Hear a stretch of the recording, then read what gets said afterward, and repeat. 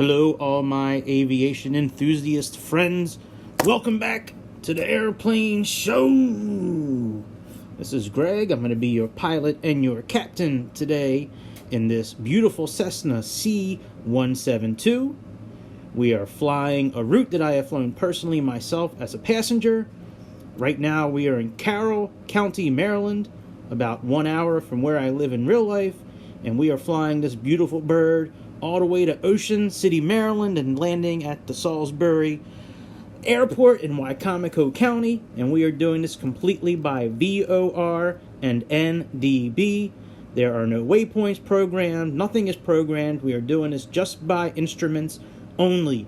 So let's get going and let's get rolling.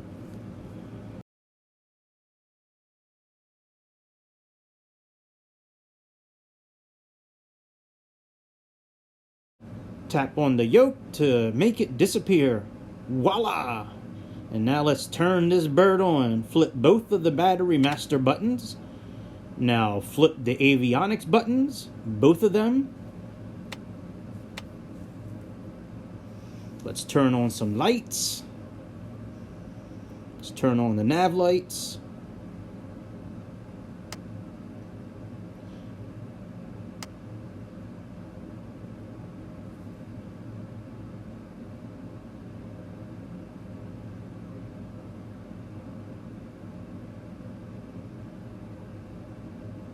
Now let's make the other lights brighter. Tap on that knob, turn it clockwise, turn on the one below it, turn it clockwise, and now that adjusts all of our lights on the interior.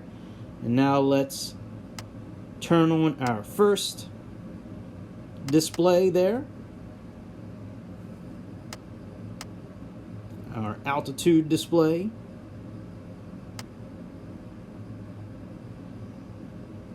Now the next one is for our ADF NDB frequencies. Let me program in the first of the 3 NDBs we are using today. And this one's a little different than programming a VOR.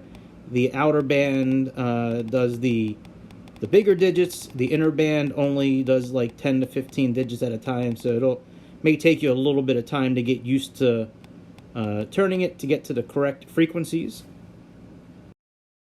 On that display, the button in the middle, it says frequency, and then it has like little arrows underneath of it.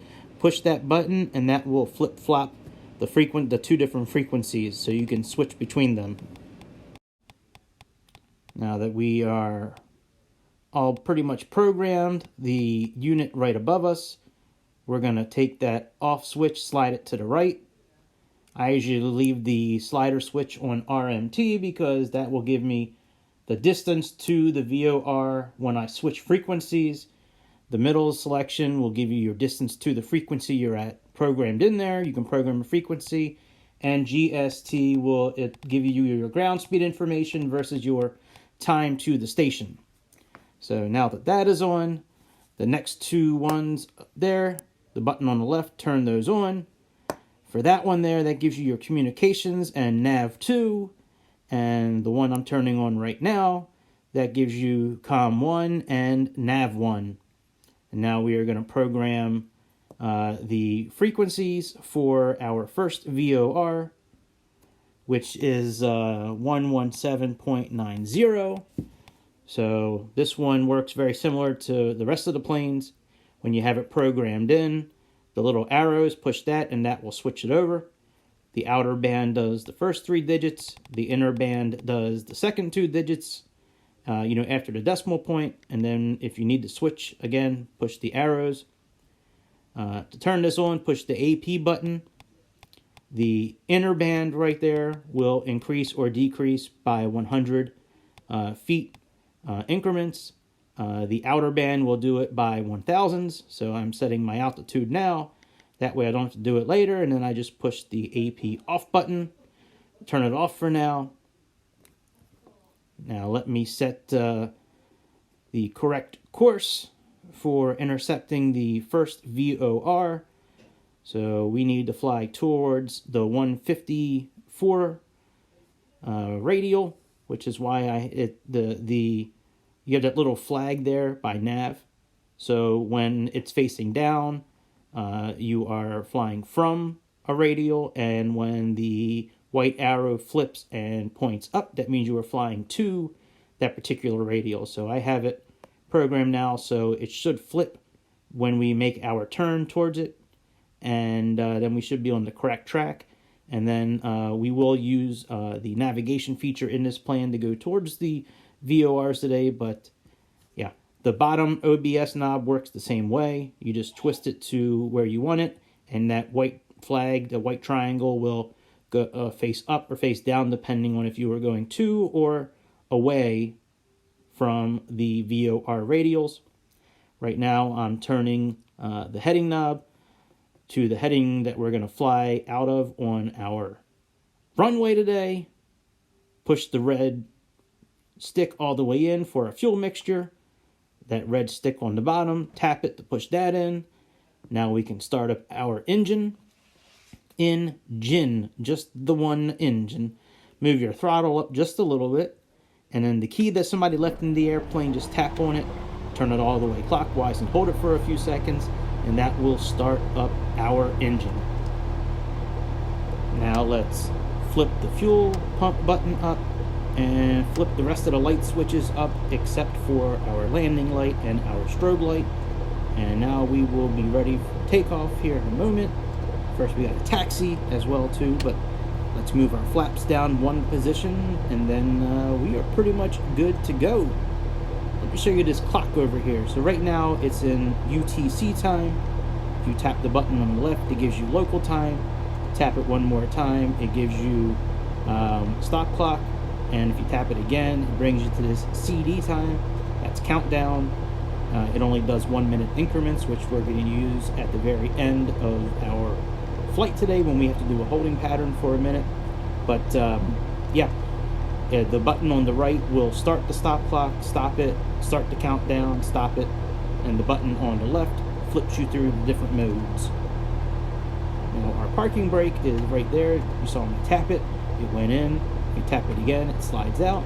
That's our parking brake. So let's tap it one more time and taxi to the runway.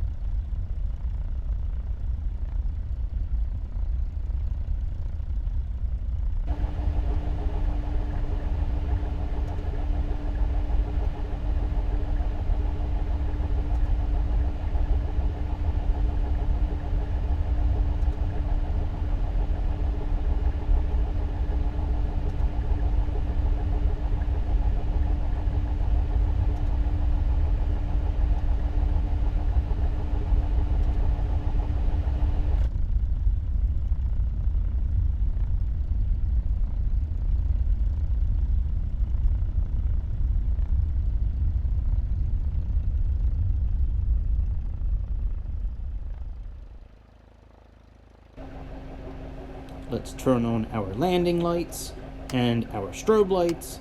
And now we are gravy, gravy, baby. Now we're ready to kiss goodbye, Curl County, all the cows that live here, and fly on out to Ocean City, where we can party, hang out on the beach, see some bikinis, ride some roller coasters, and walk the boardwalk. A boardwalk that is many miles long. It's awesome. If you haven't been to Ocean City before, you needs to go.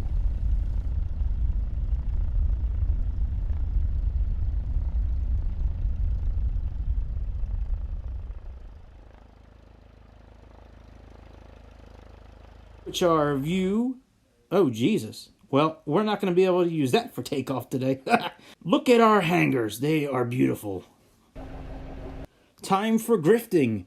If If you haven't subscribed yet, please do it. If you haven't clicked the thumbs up to leave a like, please do it. If you haven't left a comment, please do it.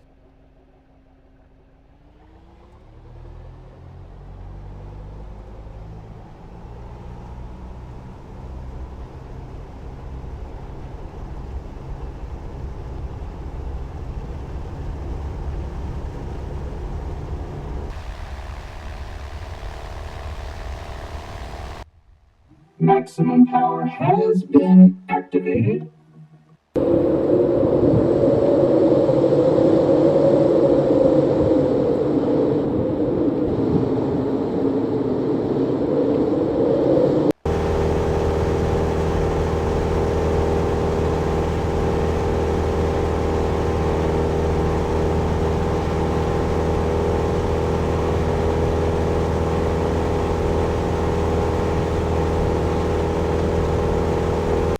Let's push the AP button, turn autopilot on, push heading for heading mode, and push the VS button for vehicle speed. And now we are going to push the up and down arrows until we get to whatever ascent rate you want to climb to. I'm going to do 600 because that seems to be a pretty good rate. Now I am going to turn the OBS 1 knob so it says 154. And then once we start making our turn, I'm going to push the nav button, and as we get closer to the right course, navigation will pick it up and carry us to the VOR automatically.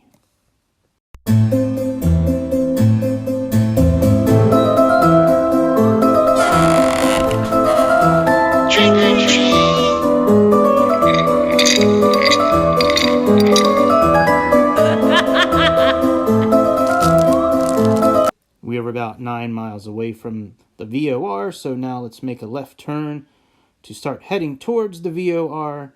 And then, like I said, once on the OBS 1 dial, that vertical line will start coming into focus a little bit, start lining up in the center.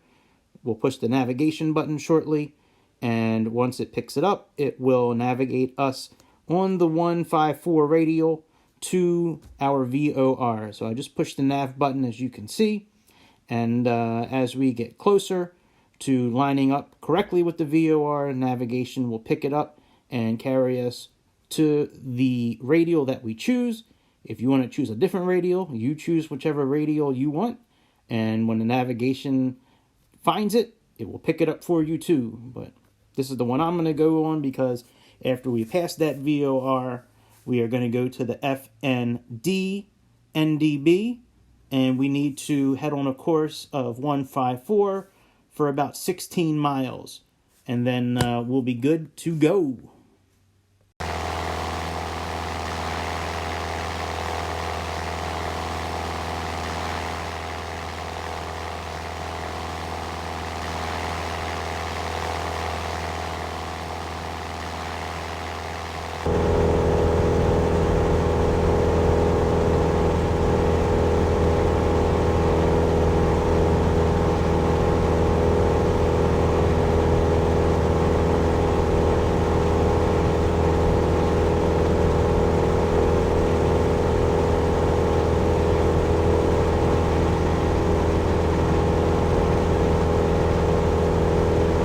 If you look up top on the HUD, it says nav.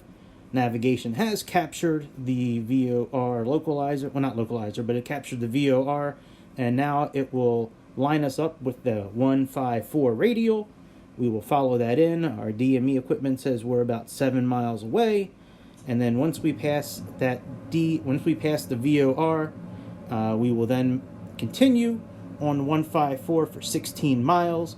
And then we will make our next turn for a certain amount of miles, and that's how we're going to do it today. We're going to go station to station by a certain amount of miles.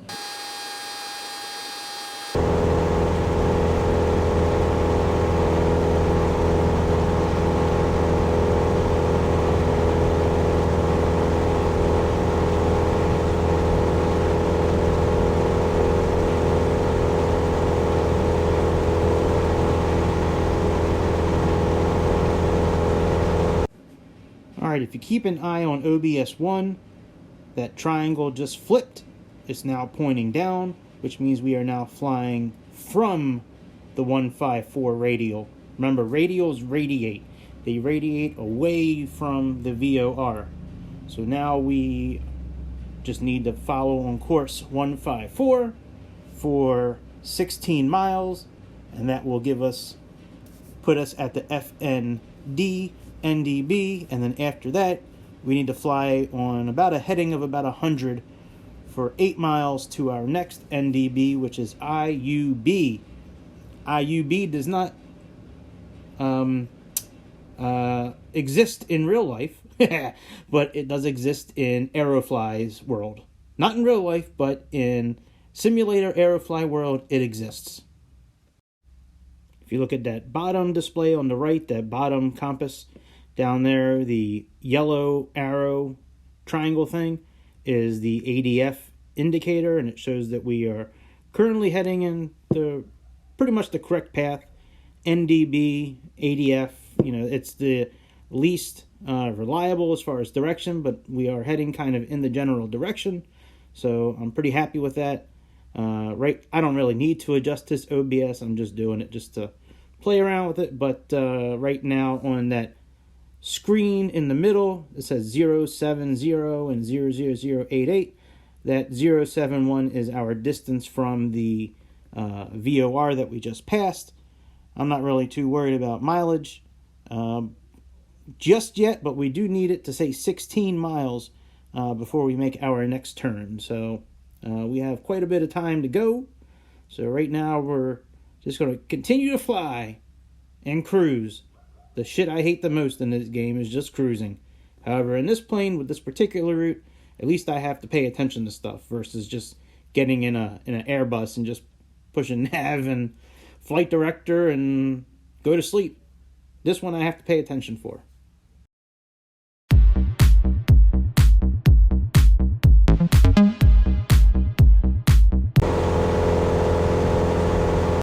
Alrighty, friends, we are just about at 16 miles. So once we get to about 16 miles, like I said, we're going to make a turn towards around 100. I have on my notes 90 degrees to 105 degrees. So right now I'm going to make that turn because we're pretty close. We're going slow enough where about a half a mile-ish we should make our turn. I made it just a little bit late, but it's okay. Now we're going to fly on this heading for about 8 miles. And then we're going to make our next turn, which we'll use to cross Chesapeake Bay. But right now I made this turn because I want to cross Baltimore City and actually see if the Baltimore Ravens stadium is in Baltimore where it should be, and if the Orioles, our Major League Baseball team, the Baltimore Orioles, that stadium is where it needs to be too. If you're just looking on the screen, I was just dialing in the next NDB frequency, which is for CGE, which does not exist in real life either anymore. It does exist in Aerofly, but not in the real world. It's only in the Matrix, not in the real world.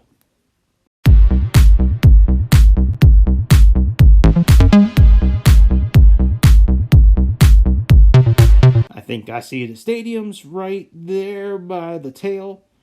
So that long stretch of road there on the right is 395 and Interstate 95. And yes, if you look right underneath the tail, the one on the right is Raven Stadium and the one on the left is Oriole Park at Camden Yards. That is pretty cool. Pretty cool that they put those in there. That little body of water down there too is the Inner Harbor. It's a great spot to hang out in the summertime. A little more crime now than there used to be, but anyways, it's still a fun time down in Baltimore City at the Inner Harbor, especially on warm summer nights. It's a great place to go hang out.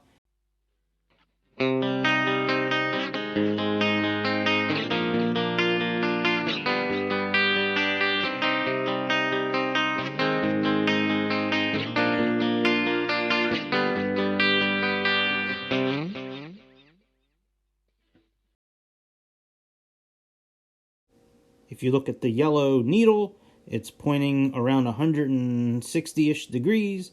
So, and it's just about the right mileage to make our turn. So now let's make a turn. We need to head about 165 degrees. This we need to take for about 40 some miles. Before the end of the 44 miles, we should pick up the VOR for Salisbury.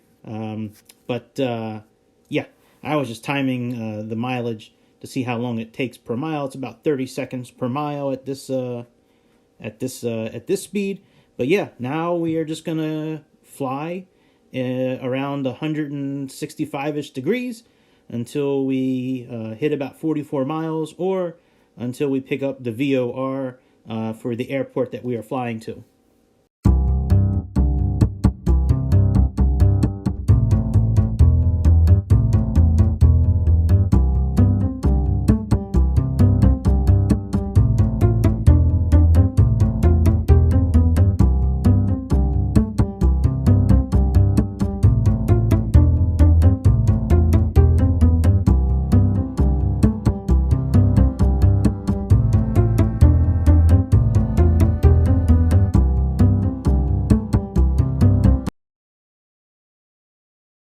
Alright, the VOR is showing, and we should be picking up, there we go, nav mode activated.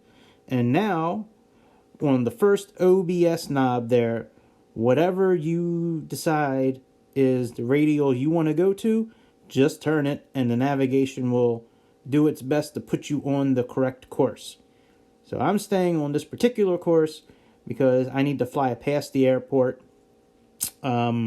at around 140 degrees, and then go a few miles. Well, I'll give you more details as we're doing it, but we need to make one procedure turn there, but we need to cross the airport at 140 degrees, and then we're going to make our procedure turn back towards the airport, and then hopefully localizer and glide scope will capture, and we can, you know what I'm talking about. You know what I said the other day. I said we need to grab the localizer, choke the shit out of it, punch the glide scope in the face, and put this bird back where it belongs and makes the touchdown. We need to butter the bird. We need to make sure the bird is soft. And then we need to make the bird the touchdown. Touchdown with good guys. Alright, we're about 30 miles out, so let's begin our descent. Push the altitude knob. Toggle in. I'm going to put in 1,500 feet, which I always put 500 feet below the actual glide scope capture point, so that's in there. Push the VS button, and then push the down button to choose what you want.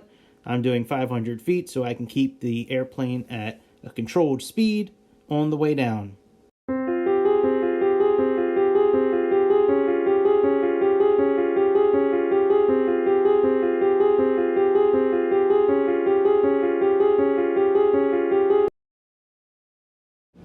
So we're just under 3 miles away from the airport. You can see the airport right in front of us there. So what we do is the DME, which is now counting down 2.6, 2.5. Once we cross the VOR, we're going to see the little flag in the OBS flip from up to down, and then we'll see the miles start counting forward again. Once that happens, then that's when we are going to start counting our miles. We need to go 6.6 miles away from the VOR, and then once we hit that 6.6 miles, we then are going to use the countdown clock, and then we fly that for 1 more minute, and then we make our left turn back towards the airport. So that's what we gonna do. And then I'll kind of go over the glide scope on here as well, because that is the OBS 1 dial there. It has the horizontal line for lining up with the glide scope, and the vertical line for lining up with the localizer. So right now, OBS 1, I'm going to be programming here momentarily for, well, I already programmed it, but I'm going to flip it to the localizer frequency. Right now, I'm just plugging in the correct heading, which is 319. 319 is the path back to the touchdown spot. And then we're going to go to nav 1 and then flip-flop the frequencies. And yeah, we'll be good to go. But once we hit that 6.6 miles away from the VOR, then we count 1 minute. And then, yeah, man, then we make that turn. And and we'll be on that gravy train again, boys and girls, on the gravy train.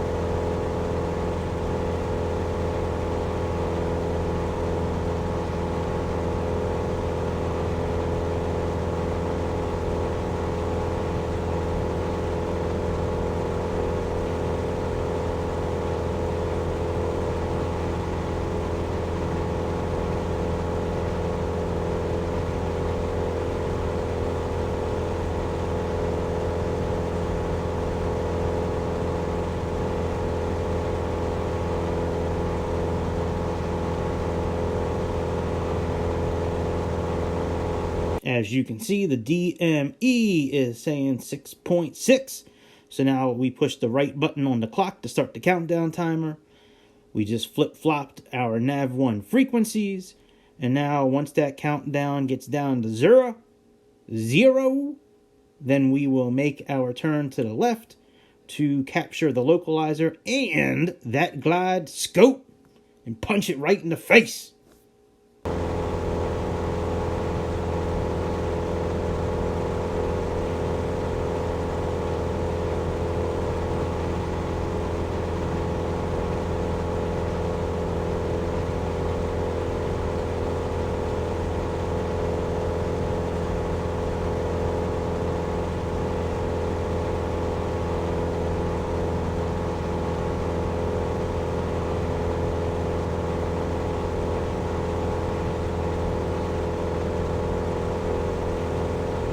All right, 2, 1, 0. Now we make our turn.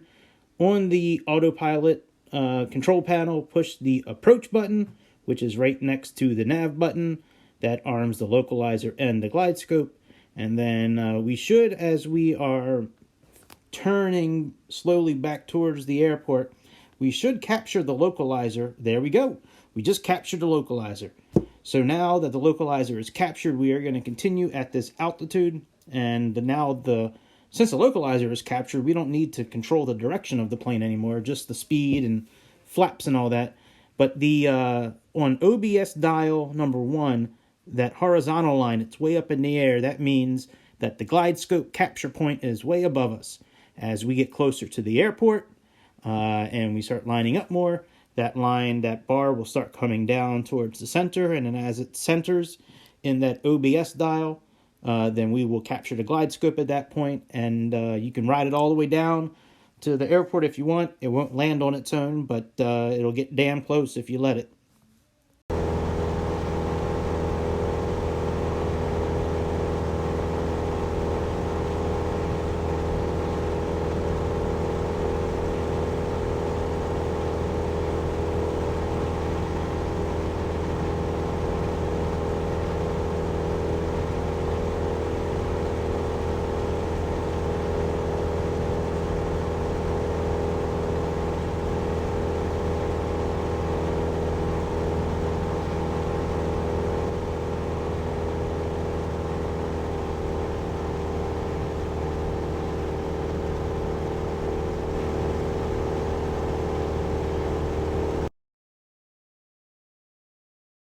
Don't y'all act like you don't know what time it is.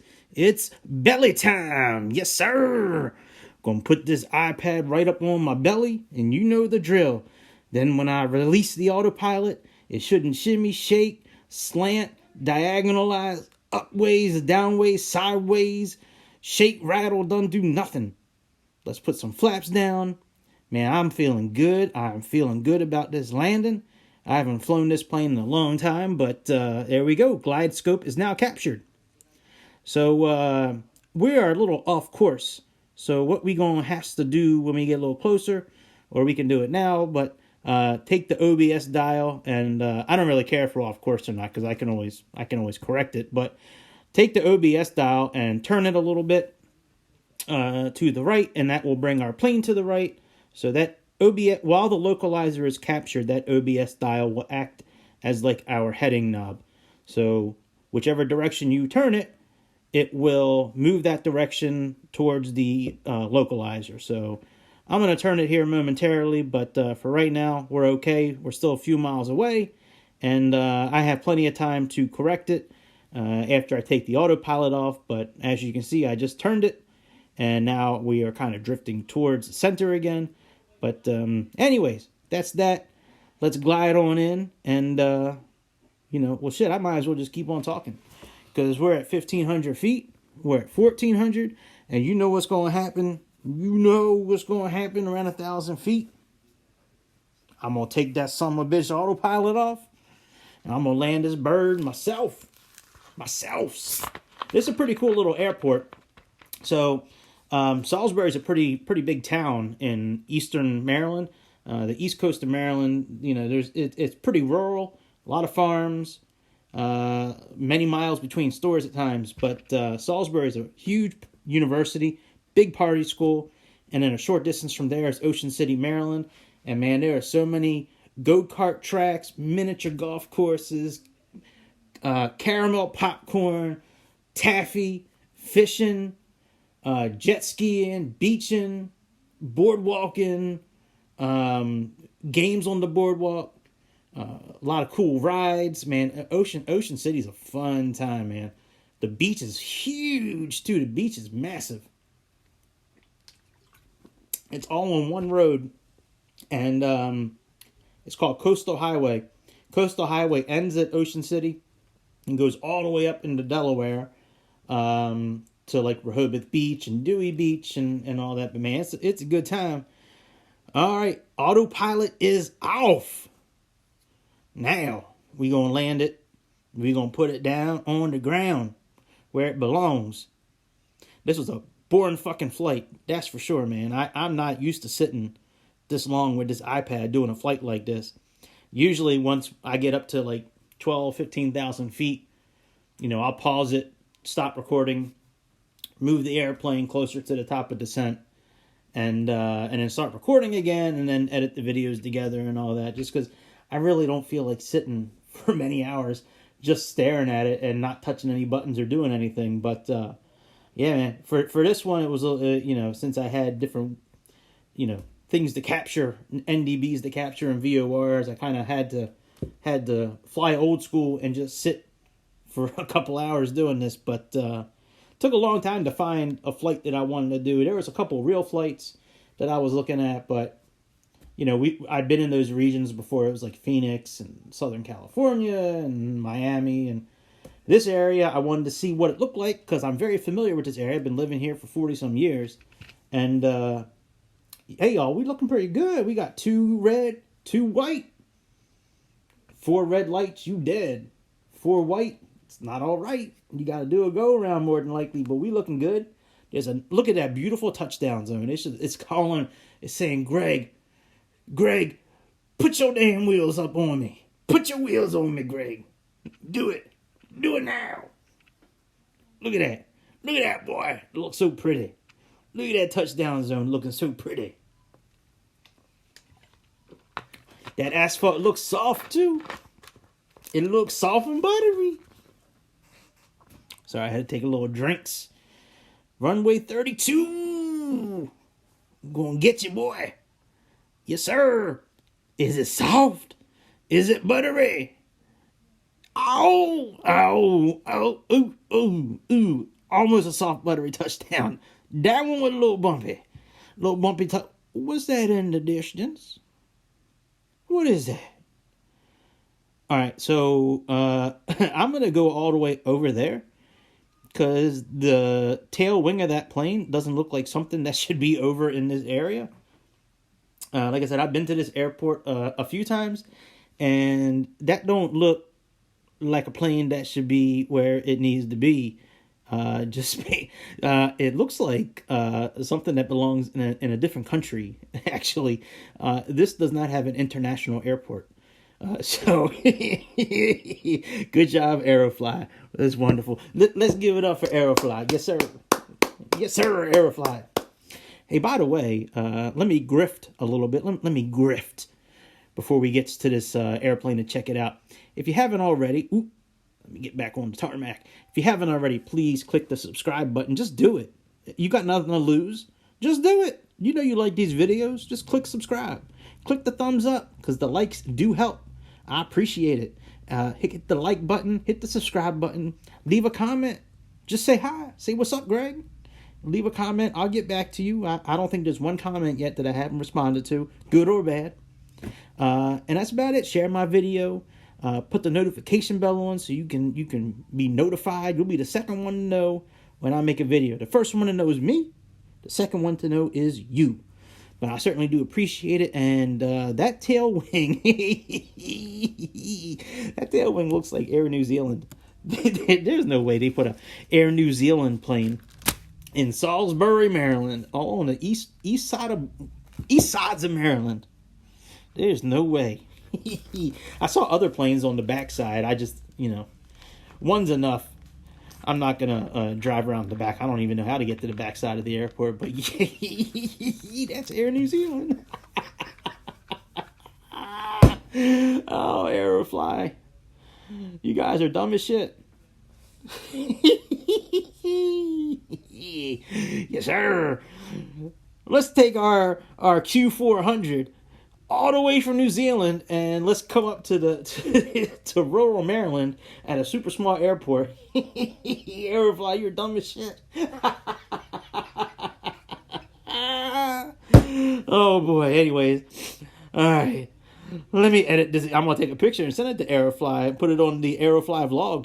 Let me see. Oh, I can't go back and look at my landings. Well, anyways, no big deal. Thanks for stopping by. Subscribe, like, notification bell, share, comment. Those are the things you got to do before you leave my channel today. This is Greg, your co-pilot. Well, actually, nah. I am your pilot. This is Greg, your pilot, your friend, your captain, signing off. Until we fly to friendly skies next time. See ya.